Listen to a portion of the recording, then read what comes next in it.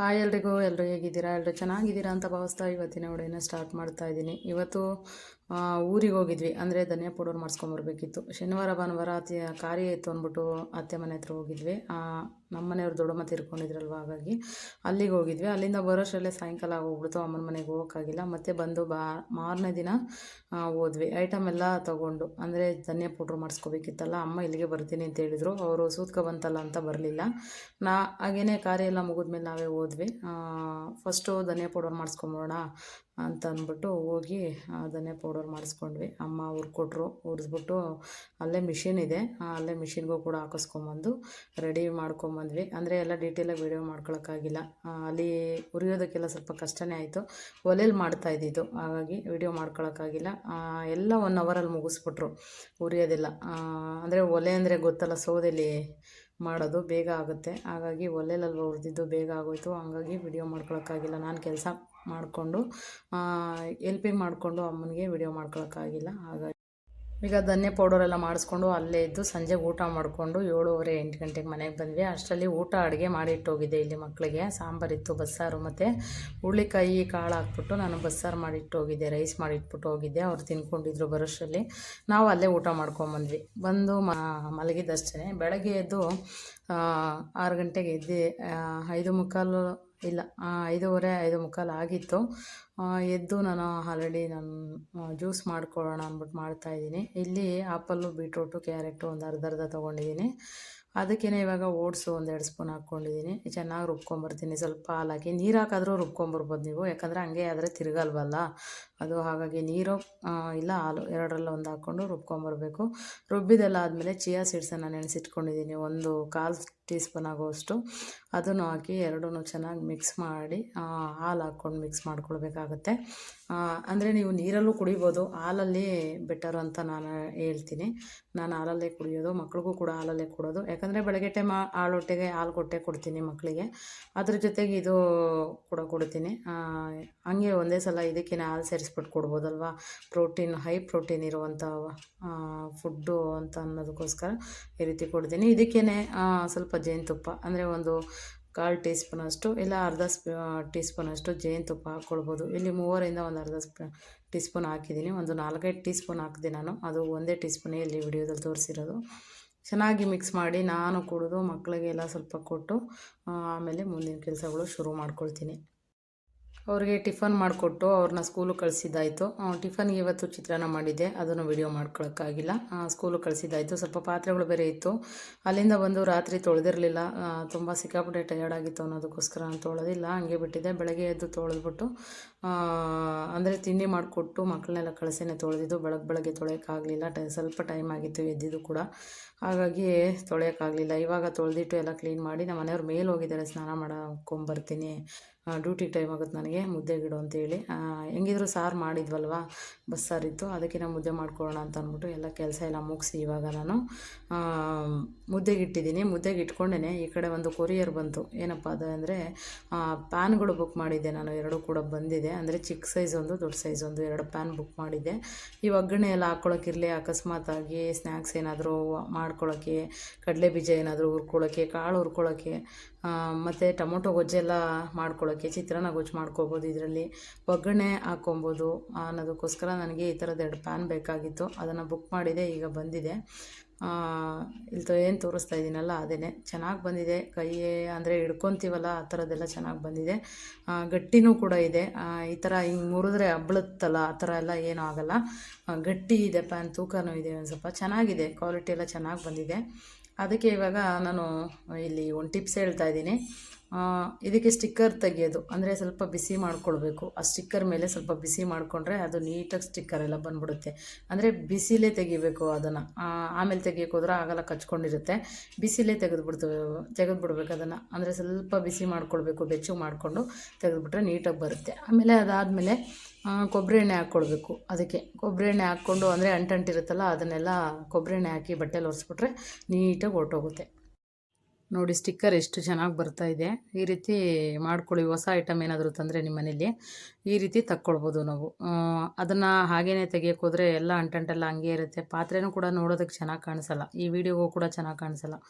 ಹಾಗಾಗಿ ಈ ರೀತಿ ಕೊಬ್ಬರಿ ಎಣ್ಣೆ ಹಾಕ್ಬಿಟ್ಟು ನೀಟಾಗಿ ಒರೆಸ್ಕೊಳ್ಳಿ. ಒಂದು ಸ್ವಲ್ಪ ಅಂಟಿದ್ರೆ ಮಾತ್ರ ಬೆಚ್ಚಗೆ ಇದ್ದಂಗೆನೇ ಈ ರೀತಿ ಕೊಬ್ಬರಿ ಎಣ್ಣೆ ಹಾಕಿ ಒಂಥರ ಈ ರೀತಿ ಸವರ್ಬಿಟ್ಟು ಆಮೇಲೆ ಬಟ್ಟೆಲಿ ಒರೆಸ್ಕೊಂಬಿಟ್ರೆ ನೀಟಾಗಿ ಅಂಟು ಕೂಡ ಬಂದ್ಬಿಡುತ್ತೆ, ನೀಟಾಗಿ ಕಾಣಿಸುತ್ತೆ. ಈ ರೀತಿ ಮಾಡಿಕೊಂಡು ಇದನ್ನು ತೊಳೆದು ಕೂಡ ಹಾಗೇ ಎತ್ತಿಟ್ಬಿಟ್ಟೆ. ಯಾಕಂದರೆ ಕೆಲಸ ಎಲ್ಲ ಏನೂ ಇರಲಿಲ್ಲ, ಬೇಗ ಬೇಗ ಅವಾಗಿಂದ ಅವಾಗೆ ಮುಗಿಸ್ಕೊಂಬಿಟ್ರೆ ಕೆಲಸಗಳೆಲ್ಲ ಆಗಿಬಿಟ್ಟಿರುತ್ತೆ.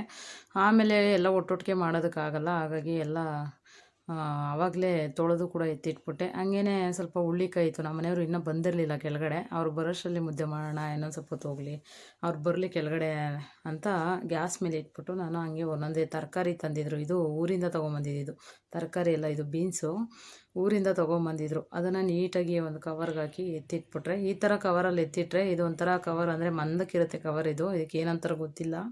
ಈ ಥರ ಕವರಲ್ಲಿ ಎತ್ತಿಟ್ರೆ ತರಕಾರಿ ಸ್ವಲ್ಪ ತುಂಬ ದಿನ ಬಾಳಿಕೆ ಬರುತ್ತೆ. ಹಾಗಾಗಿ ಆ ಕವರ್ ಹೆಂಗೋ ಪ್ಯಾನ್ ತರಿಸಿದ್ನಲ್ಲ ಆ ಥರ ಕವರ್ ಅದು ಅದು ಇತ್ತಲ್ವ, ಅದಕ್ಕೆ ಹಾಕಿ ಸೋಸಿಟ್ಕೊಳ್ಳೋಣ ಹಾಗೇ ಗಲೀಜಿದ್ರೆ ಎಲ್ಲ ತೆಗೆದು ಅಂತ ಅದನ್ನು ಎತ್ತಿಡ್ತಾ ಇದ್ದೀನಿ. ಇವಾಗ ಒಂದಕ್ಕೆ ಹಾಕ್ಬಿಟ್ಟು ಇನ್ನೊಂದು ಸ್ವಲ್ಪ ಇದೆ ಸಪ್ರೇಟ್, ಅದು ಮೊದಲು ತಂದಿದ್ದು. ಇದು ನೆನ್ನೆ ಊರಿಂದ ತಂದಿದ್ದು, ಊರಿಂದ ಕೊಟ್ಟು ಕಳಿಸಿದ್ರು, ಅತ್ತೆ ಮನೆ ಹತ್ರ ಕೊಟ್ಟು ಕಳಿಸಿದ್ದು ಅದು. ಹಂಗೇ ಇದು ಕ್ಯಾರೆಟು ಸಹ ಜಾಸ್ತಿ ತಂದಿದ್ದಾರೆ. ಅದನ್ನು ಹಂಗೆ ಇಟ್ಟರೆ ಎಲ್ಲ ಕೊಳ್ತೋದಂಗೆ ಆಗುತ್ತೆ. ಅದಕ್ಕೆ ಅದು ಸ್ವಲ್ಪ ನೀರಿತ್ತಲ್ವ, ಅದನ್ನು ಬಟ್ಟೆಲಿ ಒರೆಸ್ಬಿಟ್ಟು ಹಂಗೆ ಸ್ಟೋರ್ ಮಾಡಿ ಇಟ್ಕೊಂಡ್ರೆ ತುಂಬ ದಿನ ಬಾಳಿಕೆ ಬರುತ್ತೆ. ಆ ಹುಳ್ಳಿಕಾಯಿನೂ ಅಷ್ಟೇ, ಅದು ಕೂಡ ತುಂಬ ದಿನ ಬಾಳಿಕೆ ಬರುತ್ತೆ. ಈ ಥರ ಕವರಲ್ಲಿಟ್ಟರೆ ಅದನ್ನು ಕೂಡ ನೀರಿದ್ದರೆ ಈ ಥರ ಬಟ್ಟೆನಲ್ಲಿ ಒರೆಸ್ಬಿಟ್ಟು ಎತ್ತಿಡೋದ್ರಿಂದ ತುಂಬ ದಿನ ಬಾಳಿಕೆ ಬರುತ್ತೆ. ಅಂದರೆ ತುಂಬ ದಿನ ಇಟ್ಕೊಂಡು ನಾವು ಯೂಸ್ ಮಾಡ್ಕೊಳ್ಬೋದು. ಆಮೇಲೆ ಬೆಳ್ಳುಳ್ಳಿ ತಂದಿದ್ರು, ಅದು ಕೂಡ ಎತ್ತಿಟ್ಟಿರಲಿಲ್ಲ, ಕವರಲ್ಲಿ ಅಲ್ಲೇ ಇತ್ತು. ಅದನ್ನು ಕೂಡ ಎತ್ತಿಟ್ಬಿಡೋಣ ಅಂದ್ಬಿಟ್ಟು ಎತ್ತಿಡ್ತಾ ಇದ್ದೀನಿ ನೀಟಾಗಿ ಒರೆಸ್ಬಿಟ್ಟು. ಹಳೆಯದು ಸ್ವಲ್ಪ ಇತ್ತು, ಅದ್ರ ಜೊತೆಗೆ ಎಲ್ಲ ನೀಟಾಗಿ ಈಗ ಎತ್ತಿಟ್ಬಿಡೋಣ ಒಂದೇ ಸಲ ಅಂತ ಅಂದ್ಬಿಟ್ಟು ಆಮೇಲೆ ಬೇಕಾದ್ರೆ ಮುದ್ದೆ ಮಾಡಿಕೊಡ್ಬೋದು ನಮ್ಮ ಮನೆಯವ್ರು ಬಂದಮೇಲೆ ಅಂತ ಇದನ್ನು ಕೂಡ ಎತ್ತಿಡ್ತಾ ಇದ್ದೀನಿ. ಬೇಗ ಬೇಗ ಫಾಸ್ಟಾಗಿ ಮಾಡ್ತಾಯಿದ್ದೀನಿ, ಯಾಕಂದರೆ ಮುದ್ದೆ ಮಾಡಬೇಕಲ್ಲ, ಅವ್ರಿಗೂ ಕೂಡ ಟೈಮ್ ಆಗಿಬಿಡುತ್ತೆ. ಹಂಗೇ ಎತ್ತಿಟ್ಬಿಡೋಣ ಅಂತ ಅಂದ್ಬಿಟ್ಟು ಅದನ್ನು ಕೂಡ ಎತ್ತಿಡ್ತಾ ಇದ್ದೀನಿ. ಇದರಲ್ಲಿ ಒಣಗಿತ್ತಲ್ವ, ಒಣಗ್ತಾ ಒಣಗ್ತಾ ಏನಾಗುತ್ತೆ, ಸಿಪ್ಪೆ ಎಲ್ಲ ಬಂದ್ಬಿಡ್ತಾ ಇರುತ್ತೆ. ಅದನ್ನು ತೆಗೆದು ತೆಗೆದು ತೆಗೆದು ನಾನು ಒಂದೊಂದೇ ಎತ್ತಿಡ್ತಾ ಇದ್ದೀನಿ. ಈ ರೀತಿ ನಾವು ನೀಟ್ ಮಾಡ್ಕೊಳ್ಳೋದ್ರಿಂದ ಅವಾಗಿಂದ ಅವಾಗ ಚೆನ್ನಾಗಿರುತ್ತೆ, ನಮಗೆ ನೋಡೋದಕ್ಕೂ ಚೆನ್ನಾಗಿ ಕಾಣಿಸುತ್ತೆ. ಒಂದೇ ಸಲ ಎಲ್ಲ ಕ್ಲೀನ್ ಮಾಡ್ಕೊಬೇಕು ಅಂತಲೂ ಏನಿಲ್ಲ. ಹಂಗೇ ದೇವ್ರ ಮನೆ ಕ್ಲೀನ್ ಮಾಡಿ ಪೂಜೆನೂ ಕೂಡ ಮಾಡಿದೆ. ಇದು ಸಂಜೆ ವಿಡಿಯೋ ಮಾಡ್ಕೊಂಡಿರೋದು, ದೇವ್ರ ಮನೆ ಕೂಡ ಪೂಜೆ ಮಾಡಿ ಈಗ ಒಂದು ವಿಡಿಯೋ ಮಾಡ್ಕೊಳ್ತಾ ಇದ್ದೀನಿ. ಪೂಜೆ ಮಾಡೇ ತುಂಬ ದಿನ ಆಗಿತ್ತು, ಹಾಗಾಗಿ ಪೂಜೆ ಮಾಡೇ ಇರಲಿಲ್ಲ. ಈಗ ಪೂಜೆ ಮಾಡಿ ಮಂಗಳವಾರ ಬೇರೆ, ರಥಸಪ್ತಮಿ ಬೇರೆ ಇವತ್ತು, ಹಾಗಾಗಿ ಪೂಜೆ ಮಾಡೇ ಇರಲಿಲ್ಲ. ನಾವು ಕಾರ್ಯ ಇತ್ತು ಹಿಂದಿಂದೆ ಸೂತ್ಕೊ ಬಂತು ಅಂತ ಪೂಜೆ ಮಾಡೇ ಇರಲಿಲ್ಲ. ಇವಾಗ ಮಾಡಿ ಈಗ ನಾನು ನನ್ನ ಮಗಳು 3 ಜನ ಇರೋದು. ಮೊಟ್ಟೆ ಗ್ರೇವಿ ಮಾಡಿ ರೈಸ್ ಮಾಡೋಣ ಅಂತ ಅಂದ್ಬಿಟ್ಟು ಇವಾಗೆಲ್ಲ ಮಾಡ್ತಾಯಿದ್ದೀನಿ. ಅಲ್ಲಿ ಜಾರ್ ಏನು ನೋಡ್ತಾ ಇದ್ದೀರಾ ನೀವು, ಜಾರ್ ಎರಡೂ ತರಿಸಿದ್ದೆ. ಇಲ್ಲಿ ವಿಡಿಯೋ ಸ್ಕಿಪ್ ಆಗಿದೆ, ವಿಡಿಯೋ ಮಾಡ್ಕೊಂಡಿದ್ದೆ, ಅದನ್ನು ಕೂಡ ವಿಡಿಯೋ ಸ್ಕಿಪ್ ಆಗಿದೆ. ಚೆನ್ನಾಗಿ ಬಂದಿತ್ತು ಜಾರ್ ಕೂಡ, ಸೂಪರಾಗಿದೆ, ನಂಗೆ ಇಷ್ಟ ಆಯಿತು. ಇದು ನೋಡಿ ಮೀಶೋದಲ್ಲಿ ಬುಕ್ ಮಾಡಿದ್ದು, ಚೆನ್ನಾಗಿದೆ ಜಾರು. ಜ್ಯೂಸ್ ಮಾಡ್ಕೊಳ್ಳೋಕ್ಕೆ ಮತ್ತು ಏನಾದರೂ ಪೌಡರ್ ಮಾಡ್ಕೋಬೋದು. ಆಮೇಲೆ ರುಬ್ಕೊಳ್ಳೋದೆಲ್ಲ ಸ್ವಲ್ಪ ಸ್ವಲ್ಪ ಮಸಾಲೆ ಎಲ್ಲ ಚೆನ್ನಾಗಿ ರುಬ್ಕೊಳ್ಬೋದು. ಸೂಪರಾಗಿದೆ, ನಂಗೆ ಇಷ್ಟ ಆಯಿತು ಜಾರಿದು. ಇದ್ರದ್ದೇ ಮಿಕ್ಸಿ ಸಪ್ರೇಟ್ ಬರುತ್ತೆ. ನಾನು ನಮ್ಮ ಮನೆಯಲ್ಲೇ ಆಯ್ತಲ್ಲ ಮಿಕ್ಸಿ, ಅದಕ್ಕೇ ತರಿಸಿರೋದು, ಶೂಟ್ ಆಗೋ ಥರನೇ ತರಿಸಿರೋದು. ಇದ್ರದ್ದೇ ಮಿಕ್ಸಿನೂ ಕೂಡ ಬರುತ್ತೆ ಸಪ್ರೇಟಾಗಿ. ನಾನು ಸೆಟ್ ತರಿಸಿಲ್ಲ, ಅದೆರಡು ತರಿಸಿದ್ದೀನಿ ಅಷ್ಟೇ. ಈಗ ಮೊಟ್ಟೆ ಗ್ರೇವಿಗೆ ಬೆಳ್ಳುಳ್ಳಿ, ಒಂದೆರಡು ಹಸಿರು ಮೆಣಸಿನ್ಕಾಯಿ ಹಾಕ್ತಾಯಿದ್ದೀನಿ, ಸ್ವಲ್ಪ ಈರುಳ್ಳಿ ಹಾಕ್ತಾಯಿದ್ದೀನಿ. ಇಷ್ಟನ್ನು ಹಾಕಿ ಚೆನ್ನಾಗಿ ರುಬ್ಕೊಂಬರ್ಬೇಕು. ಸ್ವಲ್ಪ ಕೊತ್ತಂಬರಿನೂ ಹಾಕ್ತಾಯಿದ್ದೀನಿ, ಅದಕ್ಕೆ ಚೆನ್ನಾಗಿರುತ್ತೆ. ಇದಕ್ಕೆ ಕೊತ್ತಂಬರಿನೇ ಮೇಯ್ನು, ಚೆನ್ನಾಗಿರುತ್ತೆ. ಕ್ಯಾಪ್ಸಿಕಮ್ ಹಾಕಿದ್ರೆ ಇನ್ನೂ ಚೆನ್ನಾಗಿರುತ್ತೆ. ಒಂದು ಮೀಡಿಯಮ್ ಸೈಜ್ ಈರುಳ್ಳಿ ತೊಗೊಂಡು ಒಂದು ಅರ್ಧ ಕ್ಯಾಪ್ಸಿಕಮ್ ಇತ್ತು, ಅದನ್ನು ಕೂಡ ಕಟ್ ಮಾಡಿ ರೆಡಿ ಮಾಡಿ ಇಟ್ಕೊಂಡಿದ್ದೀನಿ. ಇವಾಗ ಫಸ್ಟು ಮಸಾಲೆ ರುಬ್ಕೊಂಬಿಡೋಣ. ಒಂದು ಚಕ್ಕೆ, 2 ಲವಂಗ ಮತ್ತು ಸ್ವಲ್ಪ ಗಸಗಸೆ, ಬೆಳ್ಳುಳ್ಳಿ, ಈರುಳ್ಳಿ ಮತ್ತು ಹಚ್ಚಿಟ್ಕೊಂಡಿರೋ ಟೊಮೊಟೊನೂ ಕೂಡ 2 ಹಾಕಬೇಕು. ಸೇಮ್ ಚಿಕನ್ ಮಸಾಲೆ ಯಾವ ರೀತಿ ನೀವು ರುಬ್ಕೊಳ್ತೀರಾ ಅದೇ ರೀತಿಯೇ ರುಬ್ಕೊಳ್ಬೇಕು. ಆ ರೀತಿ ರುಬ್ಕೊಂಡು ಇದು ಹಚ್ಚಿಟ್ಕೊಂಡಿದ್ದೀವಲ್ವ ಈರುಳ್ಳಿ ಮತ್ತು ಟೊಮೊಟೊ, ಅದನ್ನು ಕೂಡ ಒಗ್ಗರಣೆಗೆ ಹಾಕಬೇಕು. ಅದನ್ನು ಸಪ್ರೇಟಾಗಿ ಇಟ್ಕೊಬೇಕು, ಅದನ್ನು ಸಣ್ಣ ಸಣ್ಣದಾಗಿ ಹೆಚ್ಚಿಟ್ಕೊಬೇಕು. ಇವಾಗ ನಾವು ಮಸಾಲೆಗೆ ಏನು ರೆಡಿ ಮಾಡ್ಕೊಂಡ್ವಿ, ಇದಕ್ಕೆ ಕಾಯೆಲ್ಲ ಏನೂ ಹಾಕ್ತಾಯಿಲ್ಲ, ನಾನು ಹಂಗೇ ರುಬ್ತಾ ಇರೋದು. ಹಂಗೆ ರುಬ್ಬಿದ್ರೆ ಚೆನ್ನಾಗಿರುತ್ತೆ. ನೀವು ಟೊಮೊಟೊ ಬಾತು, ಪಲಾವು ಈ ಥರ ಎಲ್ಲ ಮಾಡ್ತೀರಲ್ವ, ಅದಕ್ಕೂ ಅಷ್ಟೇ ಸ್ವಲ್ಪ ಜಾಸ್ತಿ ಕ್ವಾಂಟಿಟಿಲಿ ಇಷ್ಟೇ ಮಸಾಲೆ ಹಾಕ್ಕೊಂಡು ರುಬ್ಕೊಂಡು ಮಾಡಿಕೊಂಡ್ರೆ ತೆಂಗಿನಕಾಯಿ ಹಾಕ್ದಂಗೆ ಸೂಪರಾಗಿರುತ್ತೆ, ಚೆನ್ನಾಗಿರುತ್ತೆ. ಪಲಾವು ಅಷ್ಟೇ, ಟೊಮೊಟೊ ಬಾತು ಅಷ್ಟೇ. ನಾನು ಯಾವಾಗಲೂ ಅದೇ ಥರ ಮಾಡೋದು. ಆದರೆ ನಮ್ಮನೆಯವ್ರು ಹಾಕಿದ್ರೆ ಸ್ವಲ್ಪ ಕಾಯಿ ರುಬ್ತಾರೆ. ನನಗೆ ಕಾಯಿ ರುಬ್ಬೋದು ಇಷ್ಟ ಇಲ್ಲ. ಬರೀ ಇಷ್ಟೇ ಮಸಾಲೆ ರುಬ್ಕೊಂಡು ಮಾಡಿದ್ರೆ ಎಷ್ಟು ಚೆನ್ನಾಗಿರುತ್ತೆ ಗೊತ್ತಾ.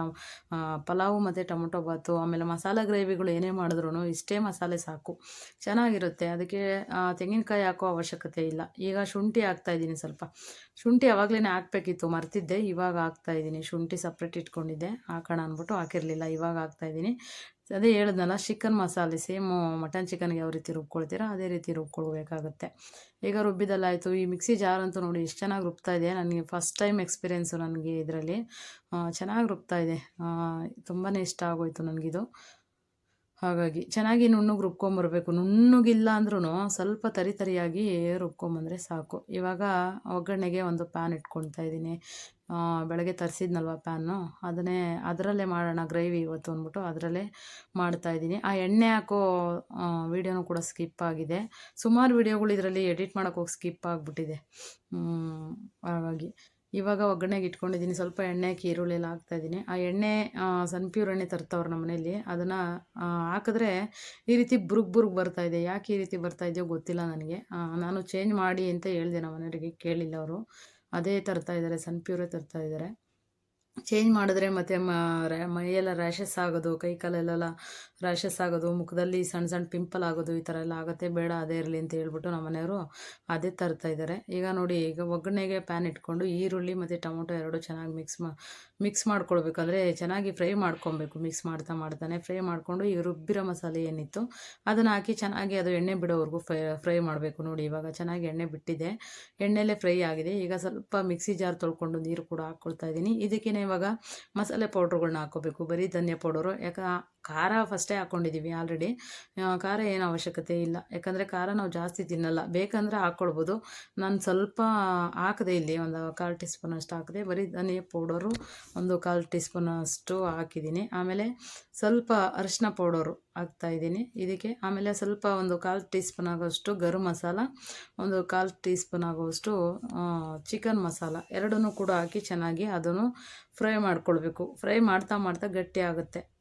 ಅಂದರೆ ಅದು ಕುದೀತಾ ಗಟ್ಟಿ ಆಗುತ್ತಲ್ವ, ಅದು ಗಟ್ಟಿ ಆಗ್ತಾನೆ ಸ್ವಲ್ಪ ಒಂದು ಸಣ್ಣ ಗ್ಲಾಸಷ್ಟು ನೀರು ಸೇರಿಸ್ಕೊಂಡು ಆಮೇಲೆ ಮಿಕ್ಸ್ ಮಾಡಿಕೊಂಡು ಚೆನ್ನಾಗಿ ಕುದಿಸ್ಕೋಬೇಕು. ಈಗ ನೋಡಿ, ನೀರು ಸೇರಿಸಿದೂ ಕೂಡ ಸ್ಕಿಪ್ ಆಗಿದೆ ವಿಡಿಯೋ.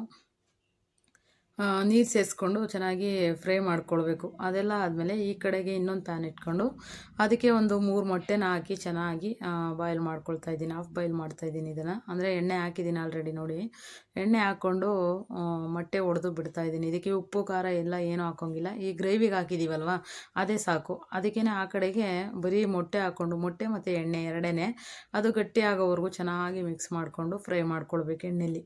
ಆ ಫ್ರೈ ಮಾಡಿದೆಲ್ಲ ಆದಮೇಲೆ ಏನಿರುತ್ತೆ ಅದನ್ನು ತೆಗೆದು ಈ ಗ್ರೇವಿ ಜೊತೆಗೆ ಮಿಕ್ಸ್ ಮಾಡಿ ಒಂದೆರಡು ಕುದಿಸ್ಬಿಟ್ಟು ಆಫ್ ಮಾಡಿದ್ರೆ ಮೊಟ್ಟೆ ಗ್ರೇವಿ ರೆಡಿ ಆಗುತ್ತೆ. ಈ ರೀತಿ ಮಾಡಿಕೊಟ್ರೆ ಮಕ್ಕಳು ತಿಂತಾರೆ. ಆಮೇಲೆ ಎಗ್ ಬುರ್ಜಿ ಮಾಡಿಕೊಟ್ರೆ ಚೆನ್ನಾಗಿ ತಿಂತಾರೆ ನಮ್ಮ ಮಕ್ಕಳು.